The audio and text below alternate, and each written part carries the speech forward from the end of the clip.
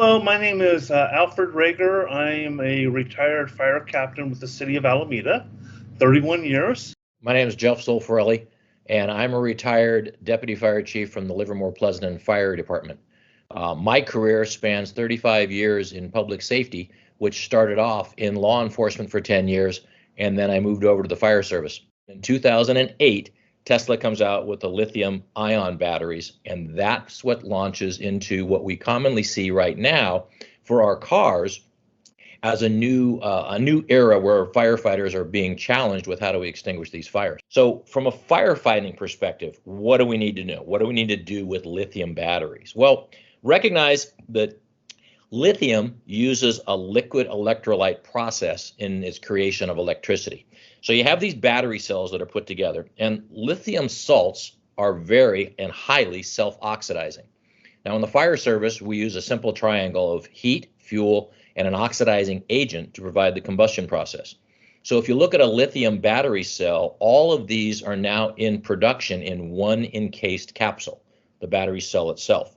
So lithium, its ignition point is at 500 degrees Celsius, or if we're to compare that with Fahrenheit, what most of us are used to, that's 932 degrees Fahrenheit. When it reaches that temperature, it will self-ignite and it will continue to burn.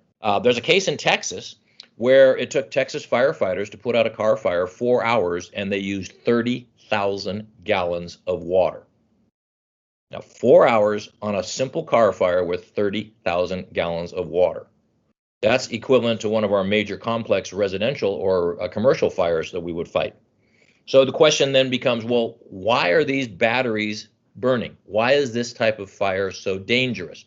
And how can firefighters in today's world extinguish these fires? Well, now, lithium-ion batteries have a very interesting relationship with water. If you were to take a lithium-ion watch battery, a very small 3-volt battery, and put it in a Pyrex bowl of water and just let it sit there, over a period of time, you will see bubbles occur, you'll see it start to create gas vapors, and eventually you will see it ignite and burn in water. While the battery compartments are what I would call water resistant, they're not waterproof. So as water leaks in, it has an effect, interacts with the lithium ion, and then you have fires starting out. All right, so now we've got a car fire involved with an electric vehicle, and we roll up on our fire apparatus. What do? Well, as firefighters, we recognize we have basically 5 typical groups of fires that we fight. We've got Class A combustibles, which are ordinary. We've got Class B, which are flammable and combustible liquids. We have energized electric. We have combustible metals, Class D. And then we have kitchen fires, Class K. Well, let's go back to that energized electric you mentioned. That must be what this is. This is an energized electric fire, so therefore it's a Class C fire. Wrong. While many people think that, this is not the case, because again, remember I mentioned this is a liquid process that takes place. So this moves it up to a Class B fire. So now we're dealing with a flammable / combustible liquids type fire. And the common way that we fight those fires are going to be with a dry powder, dry chemical, a graphite type material. You can also use a large foam with CO2 added. And in small cases, if you have a small battery, can you drown it with water? Yes, you can. Water is our universal go-to in the fire service that we use quite often. We have a number of additives we use to help it combat the various different classifications of fire. But when we're talking about an electric vehicle, if you plan to fight that fire with just water, recognize you're not fighting a common combustible fire. You're fighting a Class B fire and needs to be treated as such. And so some of the things that we were talking about and we alluded to in the book are drones. So with the drones, your mind, whatever you can think, you can use it for. So drones come in all kinds of different shapes and sizes. What are you going to use it for? Do you need a drone that's the size of a small Cessna that can fly over in the air for multitude of hours? Do you have a natural disaster where all your radio communication systems have crumbled down because we're an earthquake country and now you have no way to transmit radios? Well, you put a drone up there with a transmitter, and that's your temporary antenna. And that can transmit the radios to everything until you're able to get the ground crews up there and rebuild your infrastructure and rebuild your towers. For California, we have wildland fires.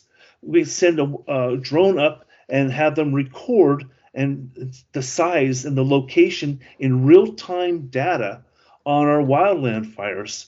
And we send incident commanders in helicopters and in airplanes up, but usually they don't fly at night. They have limitations.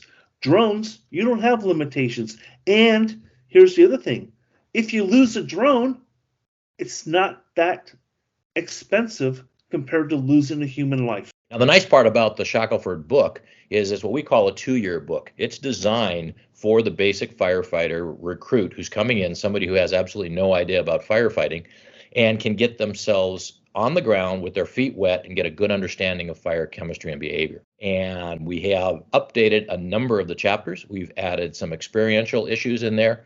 We've modernized it, with you will, to what we're dealing with currently in the 21st century. The book, we followed the Shackelford format, keeping it tailboard firefighting, and updated it, refreshed it, modernized it in some areas, and kept that spirit intact. And so if you like the first edition, you're going to love the second edition.